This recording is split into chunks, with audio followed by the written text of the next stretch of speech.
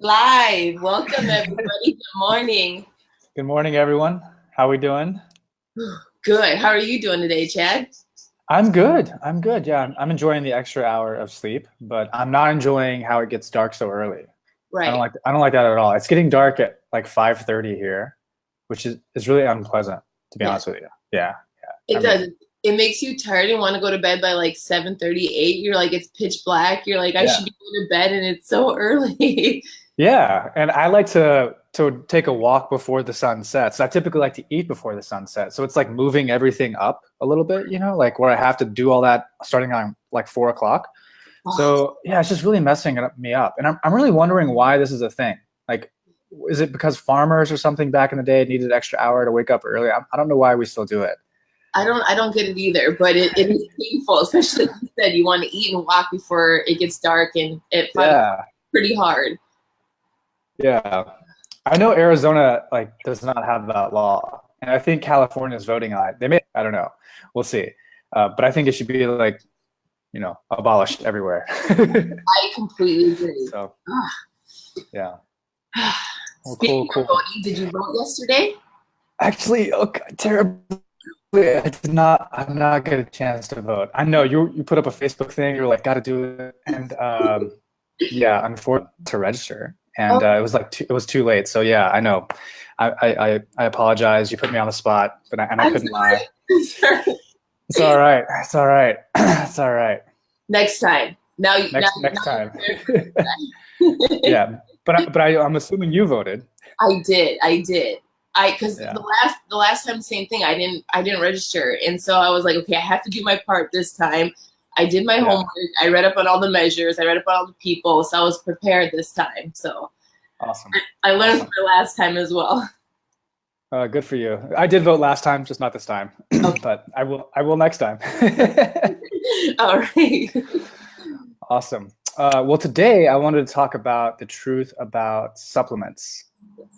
You know, so a lot of questions about supplements when people come into the challenge, and we do some of the common questions, some of the mistakes people are making, and really help people prioritize where they put their money, where they put their attention, their efforts in order to get healthy. Because at the end result, that's what guide you towards and eating. And certainly, supplements have their place. In my opinion, I think supplements can take you to a thriving level. I think with the way that our food system is set up now, how deficient our food is, Yeah. I think you how healthy you can get, and that's where supplements can come in to kind of help take you to a level of thriving. I myself take them. Brenda takes them. Our family takes them. But the key is to make sure that the nutrition is sound and it's whole and it's real, and all that has to be in play. And I think the big lesson I want to get across more than anything else is that from company or whatever claims are being made out there, that you cannot supplement your way out of a bad diet. Right. That's like numero uno. And I think there's a lot of conditioning that's gone on from the supplement industry and the fitness industry to and even the natural health industry to make us think that a supplement can, like one little thing, one little pill or one thing that you can take can get you out of your pain or get you out of your misery and be the answer to all your problems. And that's an easy thing for you to believe. It's a wishful dream, right? Yeah. But it's not the truth. The truth is the foundation comes in the habits and the lifestyle, and that stuff has to be dialed in first. You know what I'm saying? Very Yeah. Yeah, it's always the foundation. So it's just something if someone is limiting on their budget or their time to put their efforts in the whole, and we want to be upfront and honest. We have our own native path, and we have standing supplements that I'll talk about.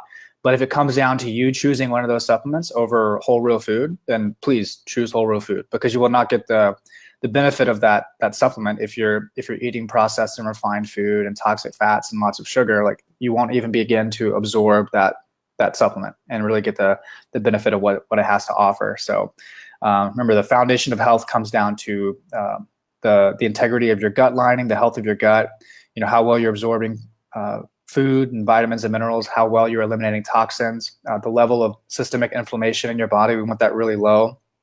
Managing blood sugar, managing hormones, and the bulk of that is going to come from whole real food. So that's my 2 cents. Yeah. So, but there's a lot of money in the supplement industry. It's like a $40 billion industry out there. There's a lot of claims being made. It's not regulated very well, which means that a lot of supplements out there are very synthetic. Lots of chemicals in them.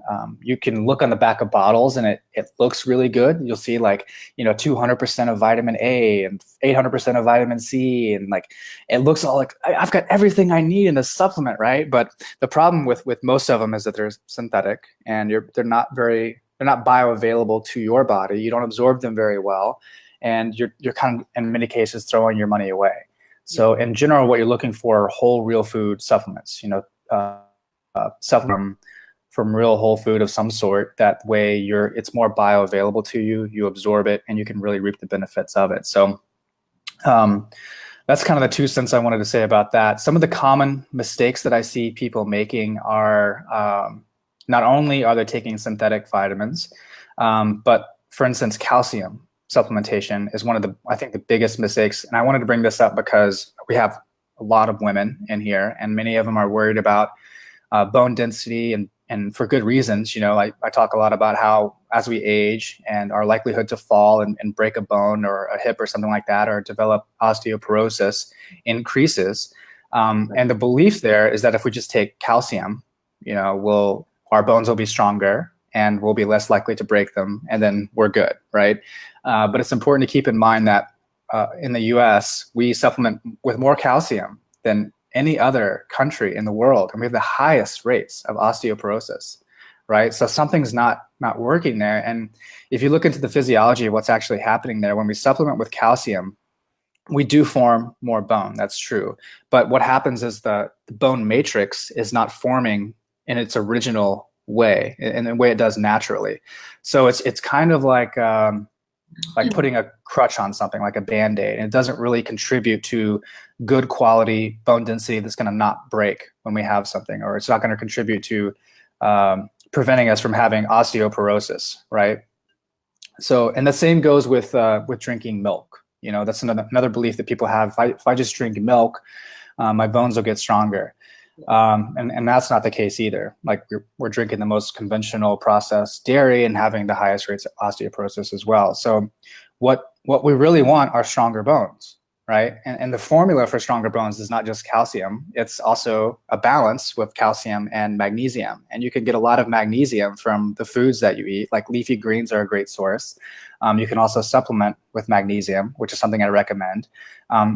Vitamin D is going to be super critical to making your bones stronger, as well as weight-bearing exercise. This is why it's so important, and I highly recommend people lift weights, no matter what you're doing. And if you're cycling or doing yoga, all that is wonderful, but you've got to do some things that increase the density of your bones. And it could be as simple as picking up some dumbbells and just walking and carrying them and holding them. That way, your body is absorbing the load from that weight, and your bones will adapt, right? It's no different than and I talk about this a lot too. If we went out in space where there's no gravity, our bones would get very fragile and very weak because we're not getting that stress on our bones. The gravity's not actually doing anything to demand us to have stronger bones. And we go back into Earth, and all of a sudden we feel that, right? It's the same thing with our bodies. When we go to the gym, our bodies respond to that weight, that load, that stress, and it gets the signal that it needs to get stronger and harder. So one of the best supplements you can do for your bones is just to start lifting weights. And you can squat, you can push, you can pull. But the most simple thing is just picking up some dumbbells and carrying them. And even if you want to take some grocery bags and put in some food, like a watermelon on this side, a watermelon on that side, pick it up and just carry it, you'll be doing more for your bone density than you will ever do by taking a calcium supplement. Right? So I highly encourage people to do that. It's something really simple that you can do, and you can mix it with your workouts, right? I'm happy that you mentioned that, because that's a lot of like a big concern that people have is, hey, I'm removing dairy, so what am I going to do with my bones? So it's really important that you actually cover that there's not just calcium that contributes to it, that there's other things, and it's also through your food. So it's important for members to understand that as well. Right. Yeah, just know that you're getting plenty of calcium and magnesium from your food, as long as you're eating whole real food, a good variety, and just, like I said, lots and lots of leafy greens. And then if your goal is to really do some supplementation to make your bones stronger, you're way better off with magnesium than you are. And then just know that getting out and getting some sun, when you do those and doing some weighted resistance, do way more than the calcium supplements, right? There's lots of side effects to that too. So I really want people to do that, and I really encourage you to do that. And that's the exercise I'm talking about there is called a farmer's carry, right? You just pick it up, stand real tall, shoulders back, really tighten your core, and just walk. And just walk until you feel like you're breaking your posture. Put it down, rest a little bit, turn around, do it again. Do it about 5 or 7 times. And that's a simple thing you can do daily, just to give yourself that stress over and over again. And outside of that, you can obviously go to the gym and do some more things with dumbbells and get creative with squats and deadlifts and all that stuff. So that's bone density. And I really encourage people to do that simple protocol. The other mistake I see people making is thinking they have to take pre and post workout supplements, right? So I get this all the time, like, hey, what should I be taking for my pre-workout? What should I be taking for my post-workout? And it's the same thing with that industry, in the fitness industry. There's so many fillers and chemicals and synthetic ingredients in there that your body doesn't absorb. It's not good for you, causes a reaction. When it comes to pre-workout, you have to ask the question, if you're not up you don't have the energy for your workout, if you're not already up, then you have to look at other things that are causing you to have low energy. You shouldn't have to artificially jumpstart your energy in order to do a workout. That typically means you're not sleeping well, you're not getting enough nutrition or enough vitamins and minerals in your food. Could mean you're too stressed out, going too hard. A lot of people think they have to go all the time. So you shouldn't have to, go to the depths and extremes to take a pre-workout to do pre-workout nutrition. That's probably something that's only appropriate for super duper high level athletes, which I don't think we have too many in this group. Most people are just looking to be healthy and lose weight and get in their skinny jeans again. So if you were going to take anything though, and I would say if you're going to work out in the morning, have some black coffee, with some clean almond milk in there, and then call it good. And that's it. Just keep it really simple. When it comes to post-workout nutrition, a lot of people are, what whey protein should I take? What supplementation should I take? And it's the same thing, like especially during the first 30 days, to not do any powders of any kind, really just stick to whole real food to create a new relationship with food. But in general, I don't take any protein powders. I know you don't either, right? Nope. Just follow, that's it, which has 18 grams of protein. That's the only protein. Right. And so collagen is something we'll talk about later, but that's not like a post-workout supplementation kind of thing, So really encourage people to just stick with whole real food, and then wait after they work out about 30 to 60, maybe even 90 minutes until your body's calm and can absorb that food again. You're not real huffy puffy, and just that's when you have your biggest meal of the day with a big hunk of protein. Maybe that's where you throw in some sweet potatoes if the workout was really hard and you're already lean. But I would encourage people just to stay away from the protein powders. And the most results, spend your money on whole real food. You'll be doing much better. Yeah. So listen to your body and read labels for sure. Definitely read labels. Yeah. And when it comes to supplements, you don't want a lot of chemicals on the back, synthetic supplements that your body's not going to absorb. Look at them. If you can't pronounce it, you have to sort of question some things, So, we knew all that, and we still saw that there's some deficiencies in even a whole real food paleo diet, because in general, our topsoil is not what it used to be, right? And specifically when it comes to things like the vitamins and minerals in our food, all of that now is depleted because our topsoil has been churned over so many times, and it's deficient in things like magnesium, Iron, is no longer what it used to be. But many of the vitamins and minerals that make us healthy, it's just not in our food anymore. So like I said, whole food can take you to a level of good, but if you want to go to a level of thriving, that's where supplements can help.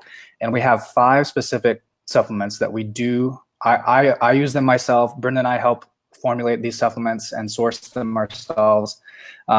They're all lab tested by a third party with the highest standards. They're all whole real food, and they're something that we feel can really help you complement your whole real food diet. So the first one that we recommend is what you just talked about, which is collagen.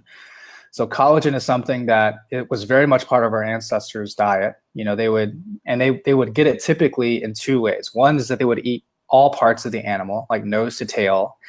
They would even eat like some of the connective tissue, some of the gut lining. That sounds really disgusting, but like that's what they would do. They would often take the bones too, and then take those bones and put it in a pot with water and cook it for a few days and simmer it to make bone broth. And that's a great way to get collagen. So collagen is the most abundant source of protein in the body. It's responsible for not only your connective tissue, like your tendons and your ligaments, but your skin, and also your gut lining, right? So it's very important for the health of your gut, because it's going to help the integrity of that gut lining, which helps you remove toxins and absorb the food. So one easy way is to make bone broth or buy bone broth at the store. That can be very time intensive. It takes a lot of work to find good quality grass-fed bones, and then make the bone broth yourself in your house. And it does kind of stink up the house. It's something that we're actually doing right now. But the house has like a kind of a funky smell, to be honest with you. And then we sometimes buy prepackaged bone broth at the store, which is good, but also it can get kind of pricey at times. So one of the easiest things we decided to do was just source our own collagen, and collagen powder. And what we're doing there is we looked for a quality source. So we had grass-fed cows, pasture-raised, hormone-free, antibiotic-free from the grasses of Brazil, the pastures of Brazil. And they take the bovine hides, they break them down and form it into a powder, right? And it doesn't taste, it has no taste. It like doesn't clump up. It's easy to mix. I put it in my coffee a lot of the time. Sometimes I'll put it in a smoothie with some egg yolks and some avocado, some leafy greens, more of a fat-based, low carbohydrate smoothie. Every now and then, maybe some mangoes or some bananas or something like that, just to sweeten it up just a little bit. And it's awesome. It's really good. But you can also use it in soups. You can sprinkle it over your food as well. There's just lots of creative ways you can use it. You can go to nativepath.com. We have a ton of recipes that you can use there. But the nice thing about us is we have a large sample size. It's almost like doing a big study, with people. So we can see if we recommend something to people and people try it out, the results we get back, whether or not it's working. So like with the 30-day challenge, we know pretty well it's working because we're seeing amazing testimonials, and the same thing's happening with collagen, right? And I know that you kind of source a lot of those testimonials. So what kind of things are you taking consistently? Oh, it's amazing. I'm hearing a lot of people say like I'm losing weight, because it's keeping them fuller because they take it first thing in the morning. So they don't eat till later in the day because they're staying full. Nails are growing. People are saying their hairs are growing.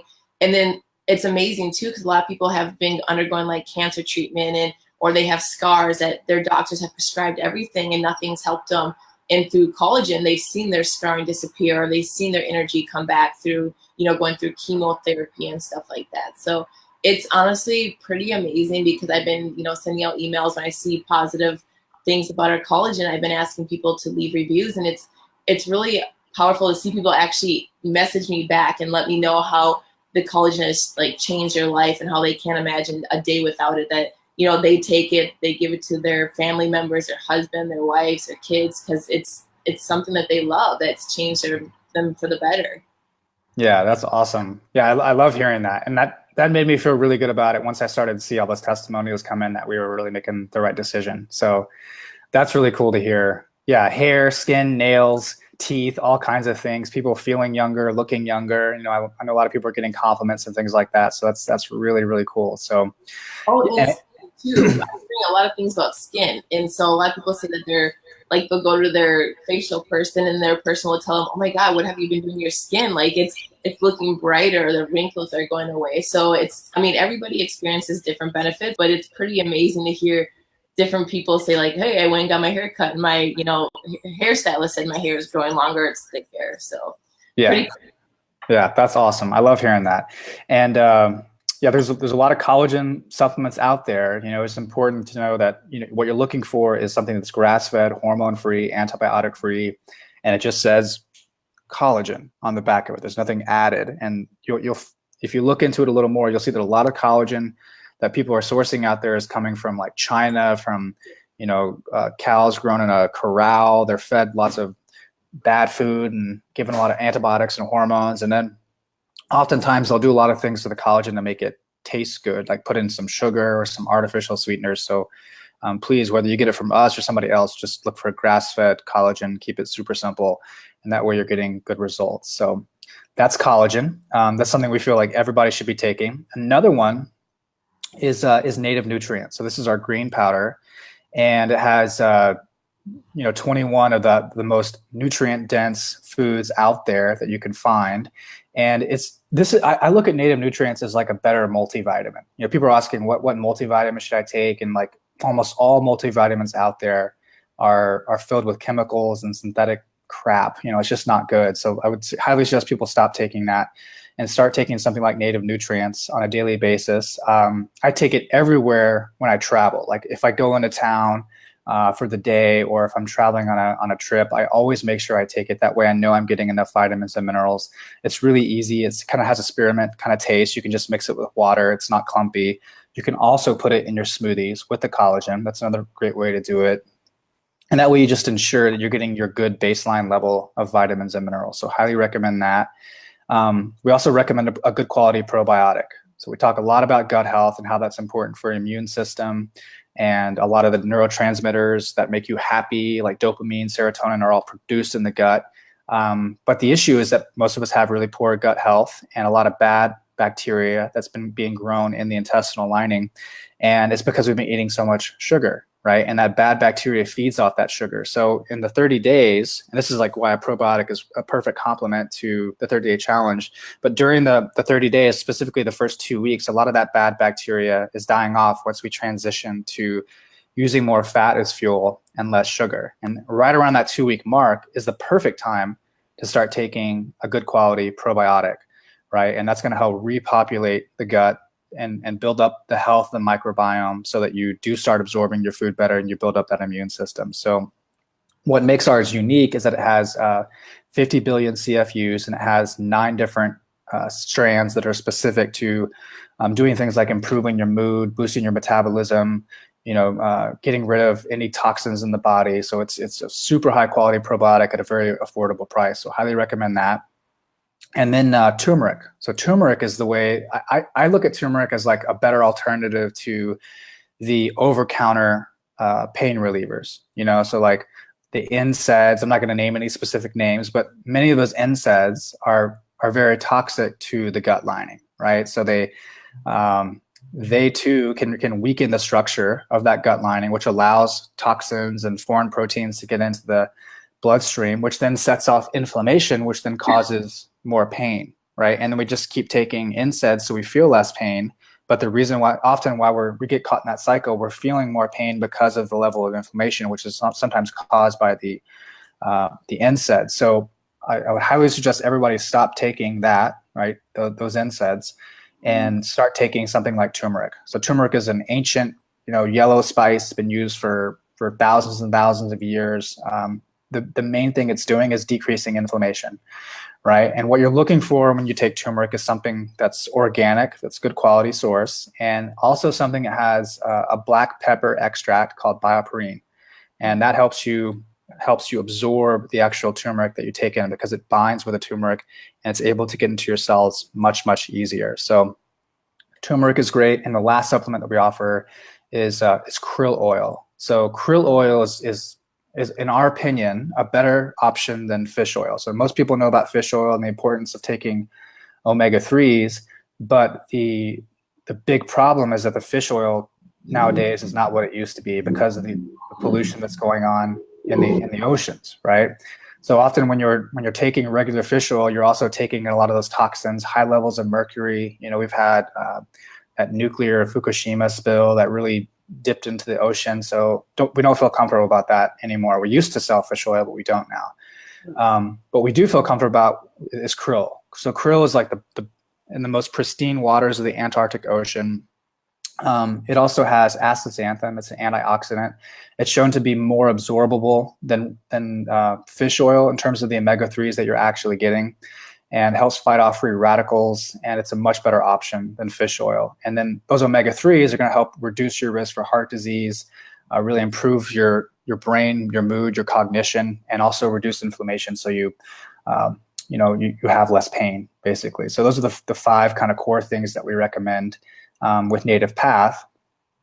Outside of that, I recommend everybody take magnesium. Magnesium, you can think of magnesium as like a primer. When you paint your walls, you put on a primer first, and you put on the main coat, right?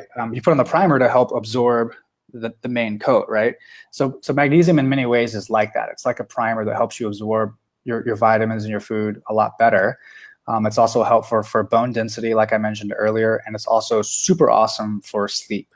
So highly recommend that. And if people are having cramps, usually it's a good indication that they're magnesium deficient. Vitamin D is something that I think could be helpful for a lot of people. I always recommend that people first get their vitamin D naturally from the sun if they can. And the main rule there is, get frequent sun exposure, but just don't get burned. It means like don't go from like sitting in an office under fluorescent lights and then go and get 5 hours of sun on vacation and think that that's good. That's not good. Yeah. That's how people do get skin problems.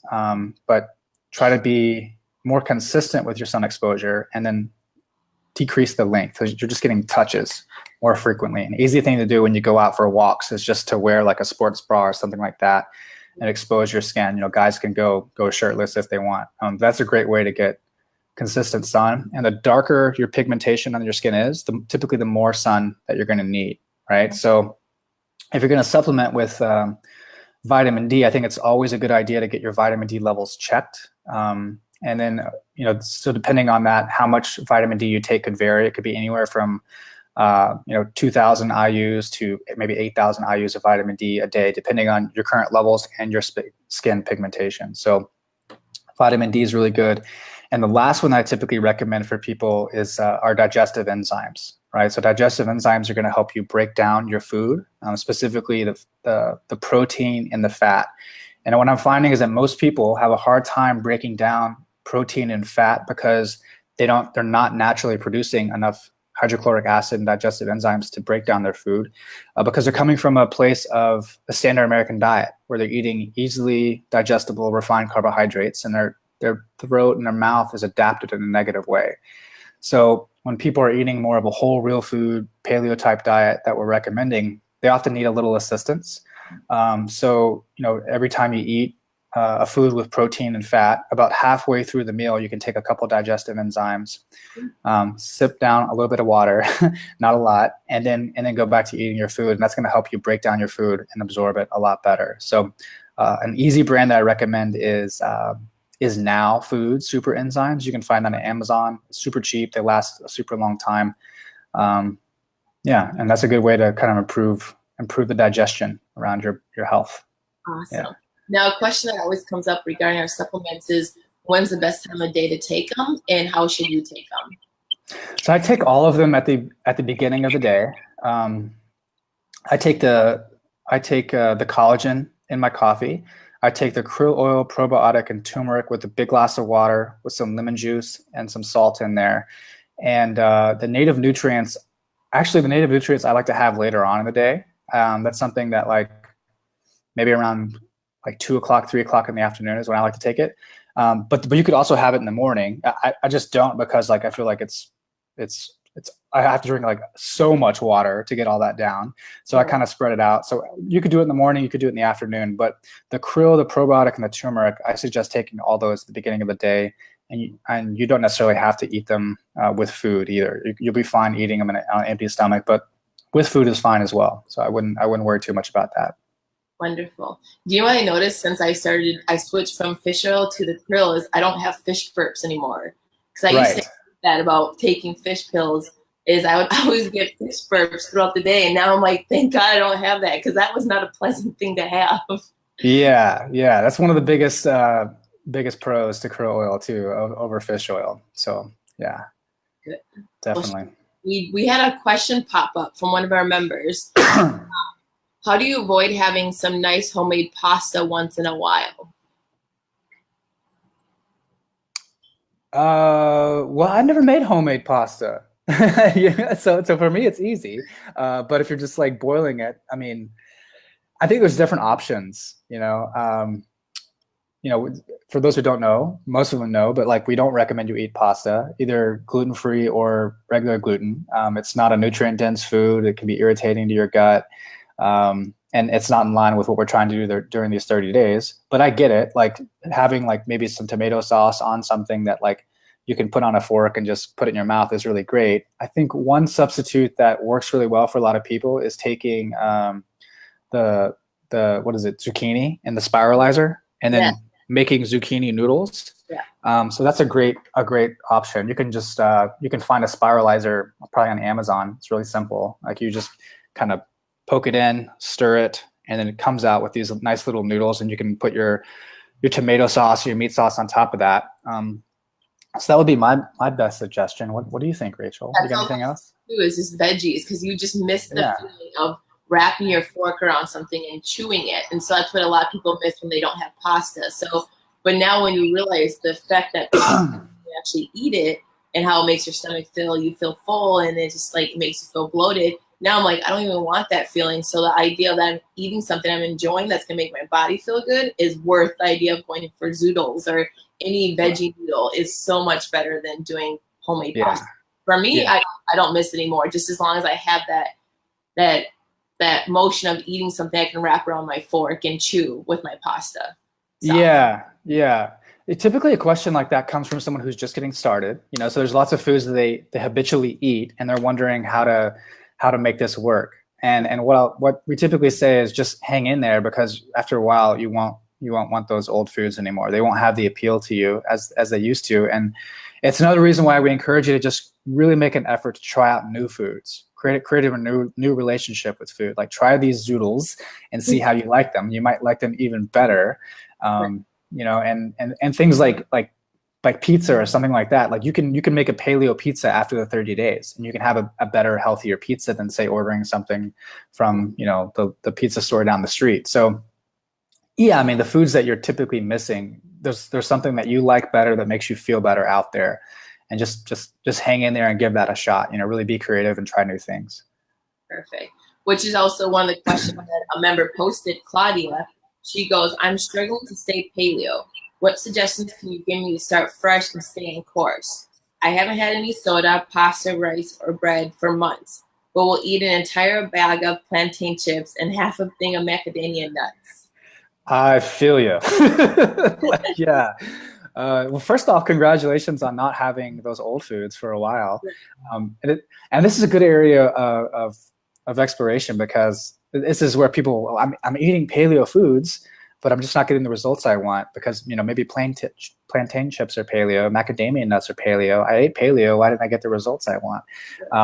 But it's because, in those situations, you're not getting enough protein, you're not getting enough good quality vegetables, and you're not just getting enough variety, and things like that. So the macadamia nuts and especially the plantain chips are very like food rewarding, right? It's hyper palatable stuff, because especially with plantain chips, you're kind of mixing like the fat and salt. Right, fat and salt together is like a recipe for disaster, because it's like our brains don't know how to stop eating them because they're so dang good. So yeah, I think with something like that, if you're having a hard time, try to always eat the things you should eat first. Right? You should be eating quality proteins and vegetables and good fats first. So get full on those things, and then if you want some macadamia nuts or some plantain chips, then do that, and I would say just kind of step back for a little bit and remember why you're doing this, really get clear on your intention, and try to align yourself towards that intention and set yourself up for a win. You know, if plantain chips are your nemesis and macadamia nuts are your nemesis, maybe don't buy them at the grocery store for a while and just see how that feels and get yourself out of the way, and don't be there. You know what I mean? Like, don't put yourself in a position where you might fail. So when you go grocery shopping, you don't come home with like 10 bags of plantain chips and like, you know, a pound of macadamia nuts, and you're looking at nothing else in the refrigerator. that might not be the best place to win. So I'd say put yourself in a good position, really set your intention, always eat the good stuff first that you know you should be eating. And then if you're hungry after that, you can take a look at the macadamia nuts. Another trick too is, instead of sitting down with a whole bag of like plantain chips, is take out a small portion and take it away. Because that way, you just sit there eating and eating. Because when you don't see the bottom, you're just going to keep going until you feel full. Yeah. You know, you're not going to feel full if you just keep eating stuff like that. So it's more just take a small little handful away and then eat it, and then know you're cut off. Like know when to stop. Moderation.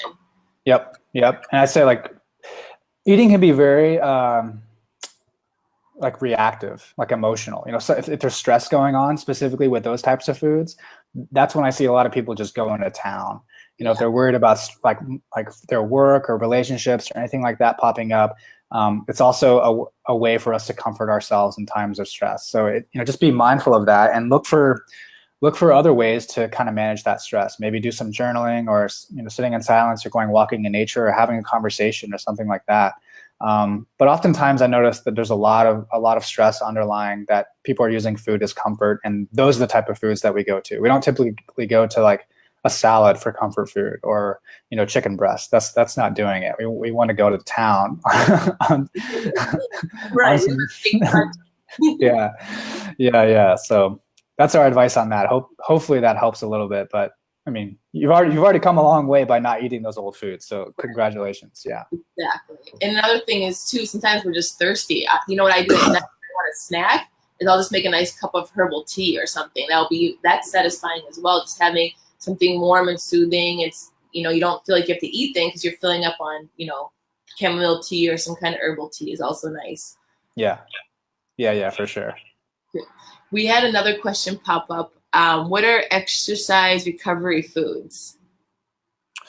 So this a little bit depends on who you are, right, in terms of the amount of carbohydrates that you eat. So if you're someone who's already lean and active and very athletic, and your workouts are very metabolically demanding, like you're huffy puffy, right?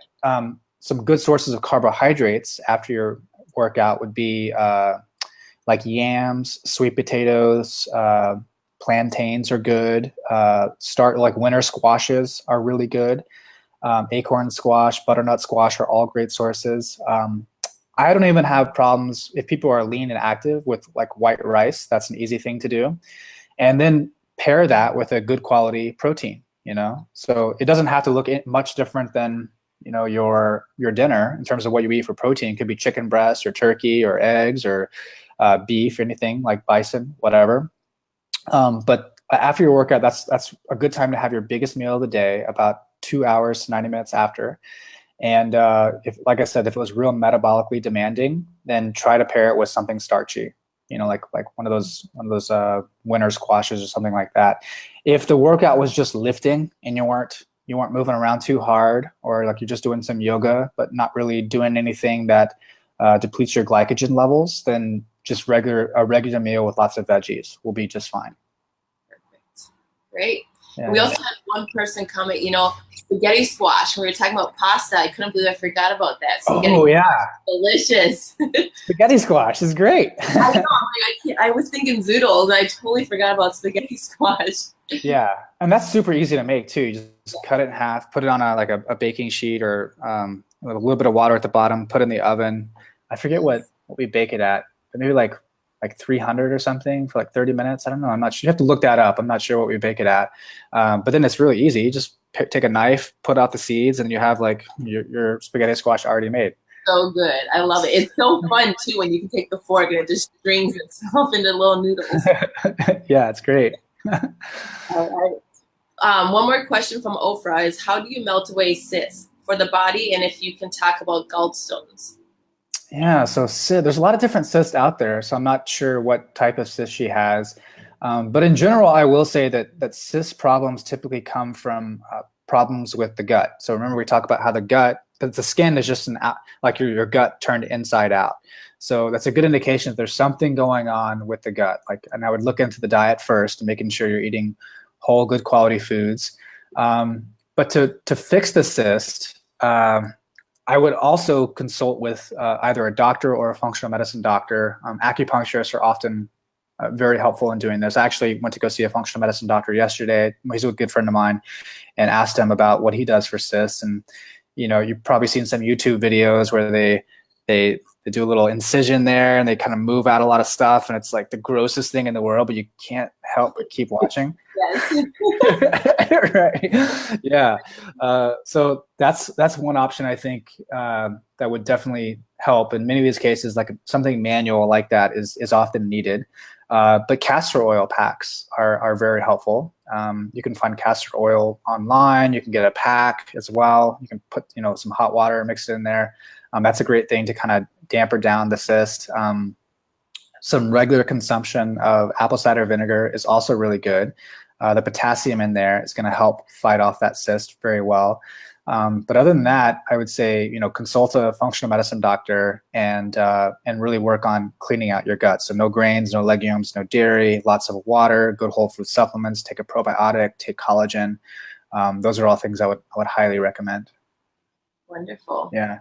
And for what is it, gallstones? Yeah, those are tricky. Gallstones are tricky.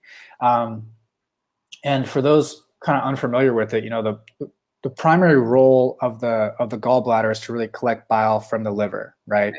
And it concentrates it. And then gallstones can often happen when a stone forms where it's the particle, the stone is actually small enough to get into the duct, into the bile duct, but it's too big to get released. So it kind of gets backed up there. And one of the beliefs is that the cause is actually a high-fat diet, but gallstones are something that you should probably moderate your fat intake if you do have gallstones, but the cause is often not too much fat to begin with. It's often too many refined carbohydrates, right, and too much sugar, and having problems with processing that.